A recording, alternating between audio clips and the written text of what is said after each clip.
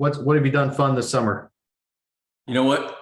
I put a lot of money in my backyard, and I've been back there. I mean, pool, pavilion, tiled out backyard, and I spent a lot of money on this zoysia grass. Yeah.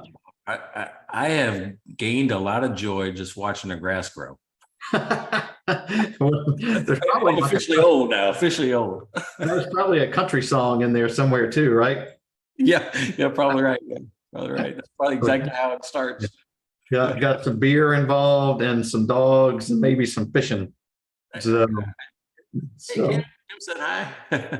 All right. All right. Well, let me do my thing. So we got a couple of people in here. So good morning and welcome to Cash Flow Mastery Talks with Cash Flow Mike.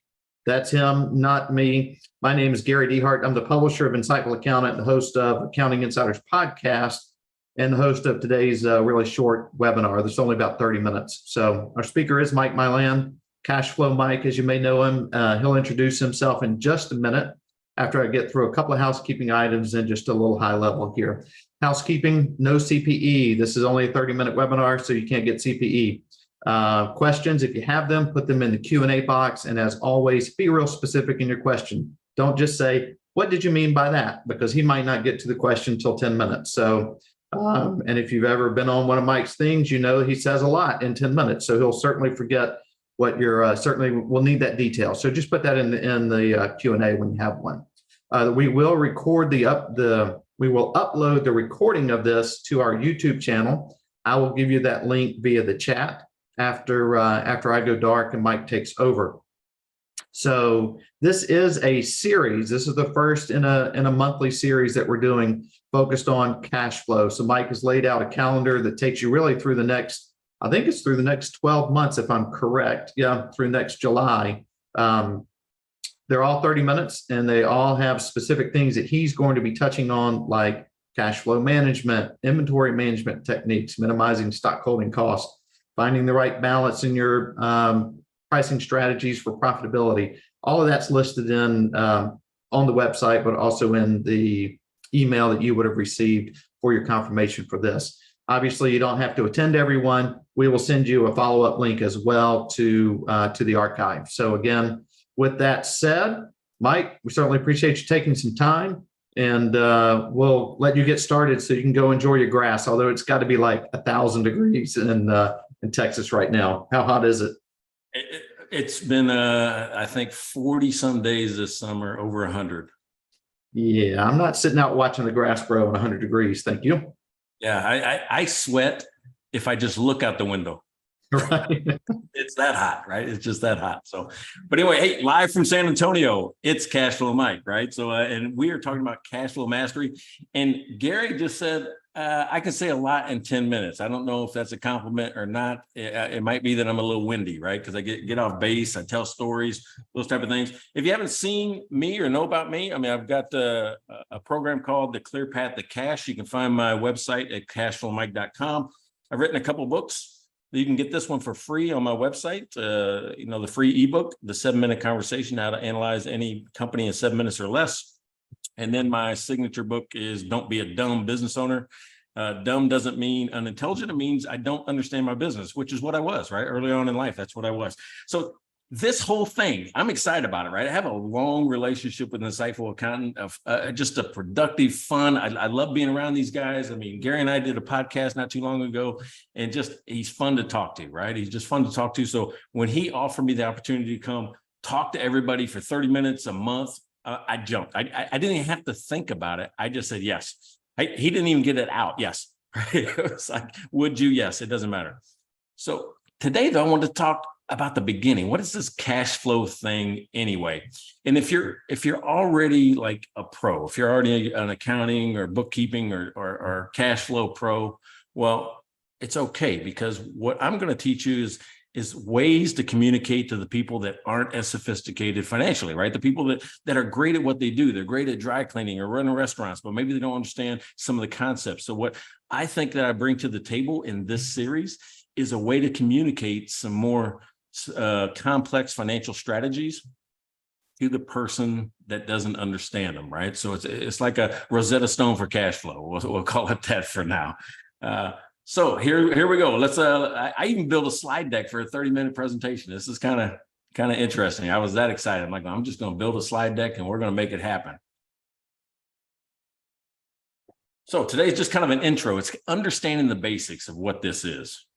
So why is it important? Why is cash flow important? So I went and dug out all the stats that I could about this. And everybody knows the top one, which is 82% of businesses fail because of poor cash flow. Well, my whole mission with my new company is to eliminate cash flow as a reason that businesses fail. So I want to take a chunk out of that number. And then 69% of businesses experience cash flow problems. I don't care if you're struggling and your business is hurting, or if you're successful. You can have cash flow problems at any given stage of your business. You can grow too fast, or you can just struggle to keep up with sales and operations. Next, the average person, this is a QuickBooks stack, by the way. I was surprised by that. 61% of all companies experience some type of cash flow gap. And the average gap, which means the difference between money coming in and money going out, is $59,000 based on what QuickBooks knows. So that's also kind of an important thing. And then lastly, this is important, right? It's 33% of people rely on credit cards to be able to meet their monthly needs, right? To manage their cash flow. So if you know anything about what I teach, and I teach this one section on how to deal with your banker, and we talk about mismatched financing, that's using the wrong loan product to buy something. This is exactly what can get you in trouble, right? And what I mean by that is, if I say you're using the wrong loan product, you wouldn't buy a house with a credit card, right? Why? Because it's too much interest. That's why we don't use credit cards to finance our businesses either. So it's too much interest. Why pay 16 to 20% just on regular everyday purchases? All right, so here is the other half of it, right? It's just one more thing. Right now, in unpaid invoices, people that aren't collecting right now today, U.S. Bank is telling us that there's $825 billion that are unpaid invoices right now to small business owners. That's a huge number. That means all these outstanding business or invoices, the aging of them, $800 billion unpaid to small businesses. It's our job, your job, my job, to help put that in their pocket. Then the other things that we lose money on is too much inventory. Right? I teach strategies on being able to manage inventory, inefficient in your operations. I got this whole thing about mining your business for hidden cash. It's based on inefficient operations, and then late fees and penalties, right? Why are we taking advantage or not taking advantage of missing, paying on these late fees and penalties? So this is why we're doing this, right? This is why I put together this monthly series, is to talk about all the problems that really do exist that we can address. So let's talk about the cash flow statement, right? So you can't be cash flow Mike and not know things about the cash flow statement. So I built a couple easier charts to help people understand what this is. You're like, oh, I don't get this chart already. It's already, hard to understand. But the cash flow statement's built in 3 different sections, right? The operating activities, investing activities, and finance activities. But I use this now to talk to clients about what it means when they look at it. So if we look at the way our business is set up, the first things that happen is we collect from sales. And you see the arrows, right? The arrows say where the cash is going to or where it's coming from, right? Those type of things. So cash from sales help us pay our bills. And those 2 activities make up operating activities. Just what do we do on a daily basis?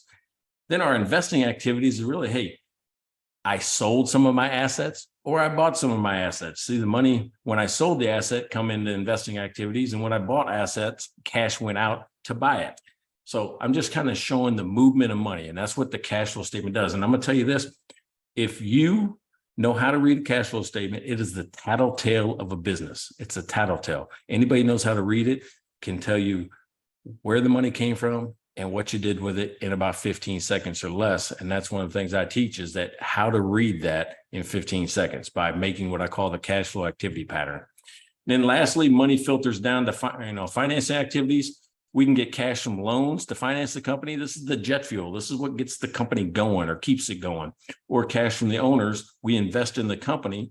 And then, of course, you've got payments on your loans or distributions out to the owners. And what's left over after all these is the net cash flow, right? Is what's left. right? That we can invest back in the business or put in our pockets or those type of things. But that's net cash flow, all of these. So why is it so confusing? Why do people have trouble keeping up with the cash flow statement? I think it's the difference between vertical math and horizontal math, right? It's the way we look at numbers. You know, if you've ever looked at a cash flow statement, you go, I have no idea where this number is coming from, because you can't make it add up like you can with the income statement. Income statement is pretty easy. I start with sales and I keep subtracting things out until I got profit, right? It's pretty easy. It's just what I call vertical math. The balance sheet's also vertical math, because I either buy assets and the number goes up, or I sell assets, the number goes down, or put money in the checking account or take money out of the checking account. Liabilities the same way. I either borrow more or I pay them down, or equity. I invest in the company or I pay out to the owners. It's vertical math. Everybody can understand pluses and minuses, and it's pretty easy. But the cash flow statement doesn't work that way. The cash flow statement is the change in 2 periods. So it's horizontal math. It's what it was to what it is, right? What it was last period to what it is this period. And it's the difference between the two, right? So if you've $1,000 in your checking account last month and you're $200 this month, well, you're going to see a negative $800, right? You won't be able to make it add up really anywhere in the income statement or balance sheet. It'll be the difference between what it was in January to what it was in February. That's where people get confused. That's because they don't know where the number comes from. So at your balance sheet accounts, you start with one period, the next period, the difference that you see on the cash flow statement is the change, right? What's the difference between the two? So that's why I think it's so confusing. So here's what I mean, right? This is where the rubber hits the road in cash flow statements, in cash flow community. It's when we look at the balance sheet, you don't even need a cash flow statement if you look at the balance sheet, because this is where all the numbers come from. If I look at what it was last year to what it was this year, 21 to 22, the last completed years, I'm going to ignore cash for a second because we're talking about cash and we're going to build a cash flow statement. But I'm going to look at other numbers like accounts receivable, right? Oh, I've got things in chat. I'm just running over people. I've got things in questions. Can we get a copy of slides? Hey, Nikki, here's what I'm doing. I have a PDF, that I'll give out each week on these things. I didn't get it done. I'm sorry. I'll have it done today, and I'll give it to Gary, and he can send out the all the information from this. So that should work. All right, so you will be getting a PDF of this material. Back to what we're trying to do. When you're building out the cash flow statement, you want to look at each of the balance sheet accounts, right? And I've got a spreadsheet of this if you ever want to kind of look at this and understand how it works. And just let me know, send me an email, mike@cashflowmike.com, if you want any of these type of resources. But accounts receivable in this case went from 345 to 250. So 345 to 250. So we're showing the change between the two numbers. But in a cash flow statement, you're going to look at it, is it a positive impact on cash or negative impact on cash? Which means, was it a source, money came in, or was it a use, money went out? And if there's no change, like in some of these, there's no change, well, that means that it's a positive impact because no money left the company. So it's always looked at as a positive thing. Oh, you kept the money, so it was positive. So think about this. Accounts receivable went from 345 to 250, and it's a positive number. Why? Because we collected some cash, right? Accounts receivable went down because money came in, so it was positive. The others are just kind of the same, so there's no change. And then lastly, you've got property, plant, and equipment went up. It went from 2 million to 2.3 million, right? So the change was 260,000, or we used $260,000 to buy equipment. So that's why it's negative. Now, this is the top of the balance sheet. It's assets. So what you do is you just add those together. 90 minus 260 equals 165, negative. So that's the top of the balance sheet. So let's go to the bottom, the liabilities and equity side. So the top, the change in cash on the asset side was negative 165. Down at the bottom, we're looking at, again, accounts payable went from 258 to 284. It went up, and I say that's a positive thing. That's a positive impact on cash. Why? even though I owe more, no money left the company, right? Even though I owe it, no money left the company. So it's considered a positive impact to cash because I kept the cash in my bank account. Short-term debt went down, so we paid down debt by 2. Long-term debt also went down, so did taxes, so does other liabilities, so did common stock. All those went down. We bought stock back, but retained earnings went from 1542 to 1920. It went up 378. Now, if we're doing things right, that number should be your net profit number, right? As long as you didn't take any distributions or dividends. But if 378 net profit at the end of the income statement period gets put on the balance sheet in the form of retained earnings. So that number should be the same as net profit, less any dividends or distributions you make to the owners. So what do we do here? We're gonna add these up as well, right? We're gonna go 26 minus 2 minus 10 minus 89 minus 14 minus 1 plus 378. Sometimes I say that faster because I always thought it would have been cool to be an auctioneer, but I can't talk that fast. My tongue's a little chubby, so I kind of step on it a lot. But all of these added together, 26 minus 2 minus 10 minus 89 minus 14 minus 1 plus 378 equals 288. So the top of the balance sheet is one sum. The bottom of the balance sheet is another sum. Let's put them together. When I take the top, I've got 165 up top negative and 288 positive down below. We're going to add those two together. Those two together, 288 minus 165 equals 123. Well, check this out, because the change in cash, remember we were building a cash flow statement. So what's the change in cash? It went from 12,000 in this year to 135 the next year. The change in cash is 123. A lot of people don't see that, but when you show your clients, this is how they work together. Your balance sheet, that change in cash is actually the cash flow statement. This just kind of divides it up to tell you what the changes in cash occurred or how they occurred. So you're like, okay, well, how do I put that on a cash flow statement? How do I take the balance sheet and make a cash flow statement out of it? Well, here's what you do. You take what we just did, all of the changes in cash, and you create the cash flow statement. I've got this spreadsheet as well if you want to play around with it. But what we're basically doing is we're dividing this into the right categories. Remember, cash flow from operations is money that comes from your daily activities. It's money that comes from your operations. How does your business make money?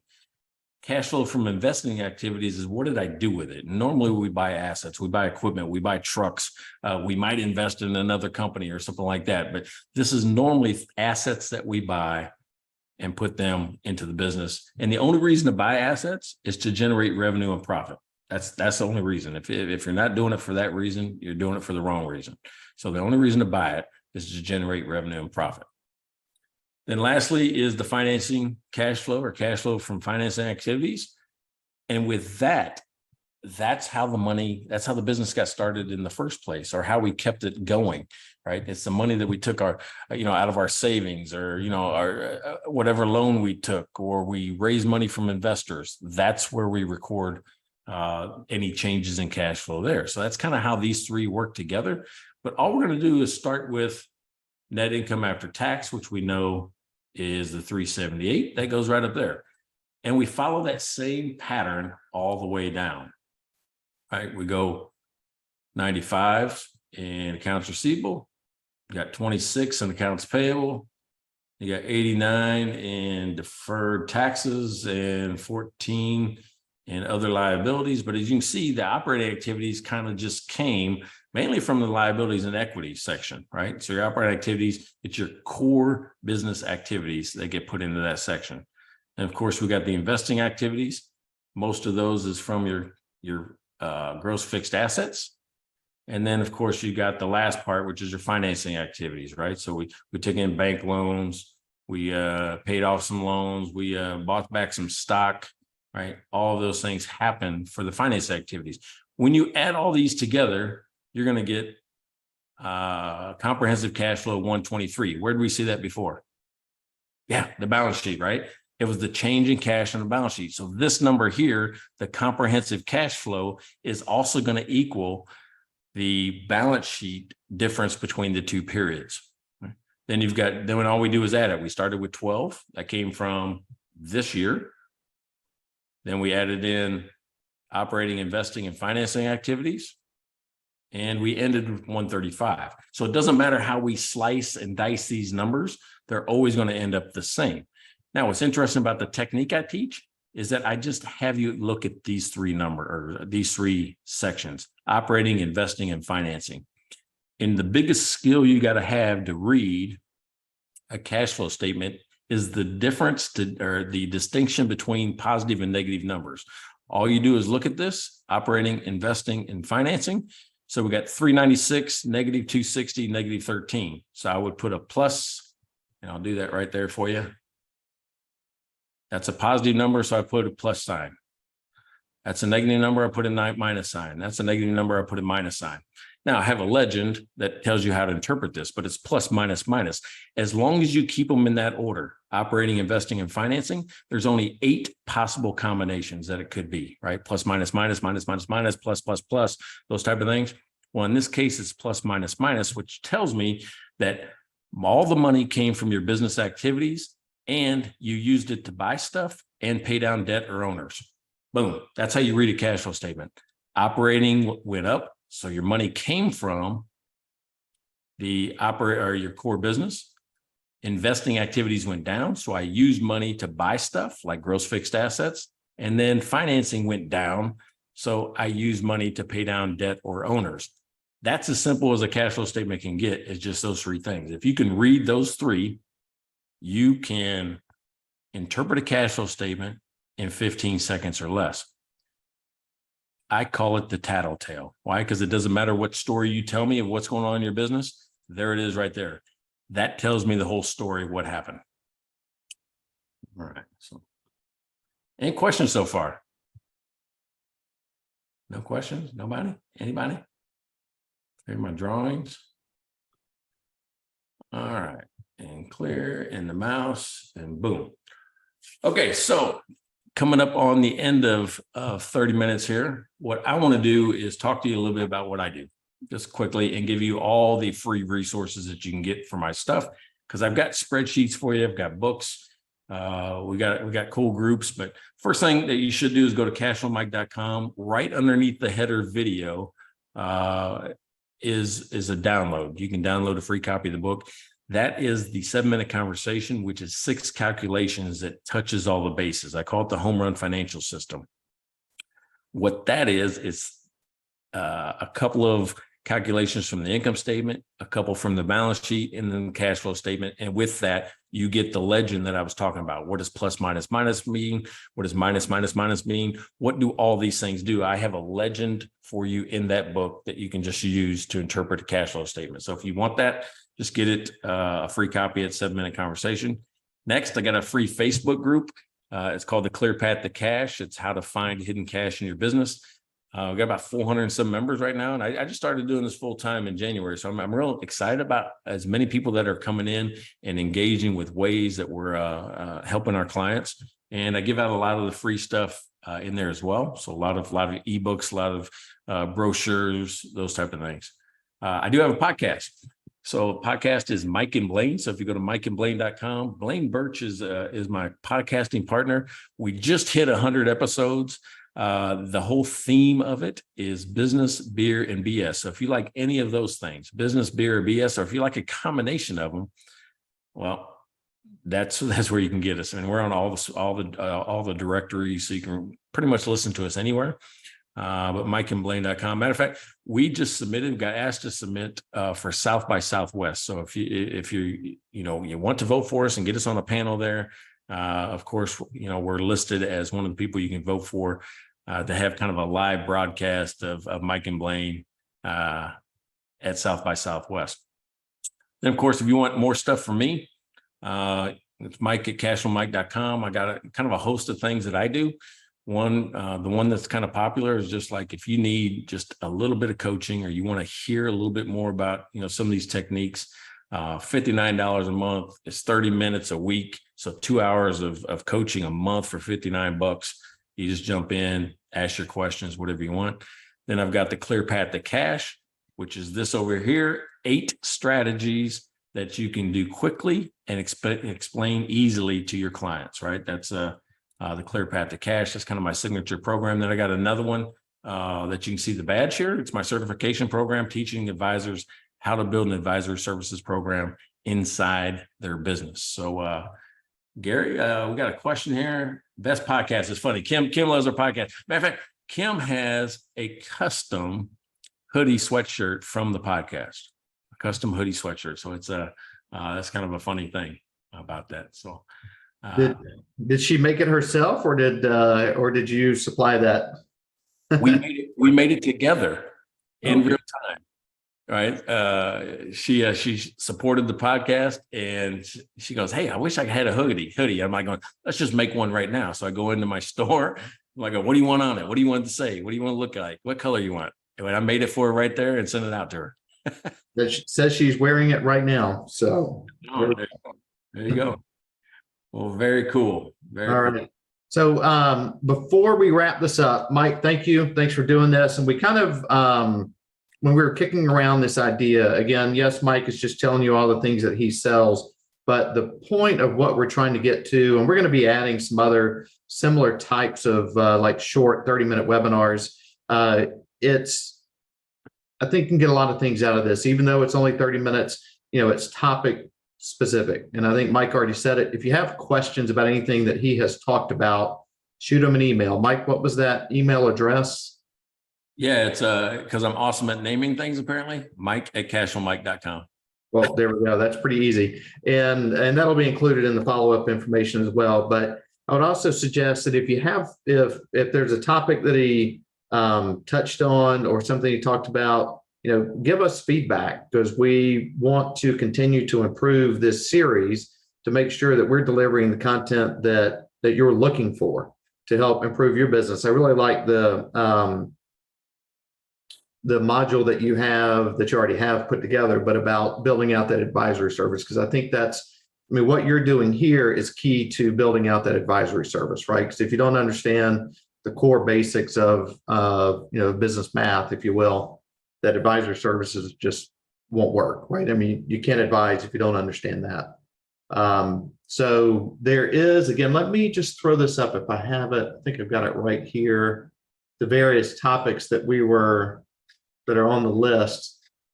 Sorry, I'm going to look over here and read it. But so we've got, introduction to cash flow management this month. Next month is uncovering profitability ratios. Then we're optimizing accounts receivable, managing accounts payable, inventory management techniques, cost control and expense management, pricing strategies for profitability, working capital management, effective cash flow forecasting, finance operations and cash flow, capital expenditure decisions, and building strong customer relationships. So that's what Mike has on his calendar between now and July. And again, this is set up as a series. So you'll receive a monthly email saying, hey, the webinar is tomorrow in a week, et cetera. If you don't make it, you'll also get a follow-up that points you out to the YouTube page where this will be archived. But if there's topics that you feel need to be included in this series, certainly email Mike@cashflowmike.com, or you can email me, gdhart@insightfulaccountant.com, and we can certainly push that over to Mike too. So again, short 30-minute, good learning lessons. Mike's got some great resources that he pointed out to you as well. I dropped the link to our YouTube channel in the chat. If you didn't get that, you can always find it on our website, insightfulaccountant.com. Just click the YouTube button or logo that's up in the kind of upper right-hand side of the page. Mike, any parting words? Yeah, hey, this is my first one. I was nervous. Sorry, guys. but my goal for this, Gary, is that every week you will have something you can take and use, right? That you're going to learn to do something every single week in 30 minutes. Once a month. Every month. Sorry. Right. Everyone's like, what? No, I can't do this weekly. So, all right. Well, thank you, Mike. Thank you so much. Everybody else that took some time out of your day, we certainly appreciate you being here. And as always, give us feedback. Can't improve if we don't have it. So thanks. Appreciate it. I know. Take care.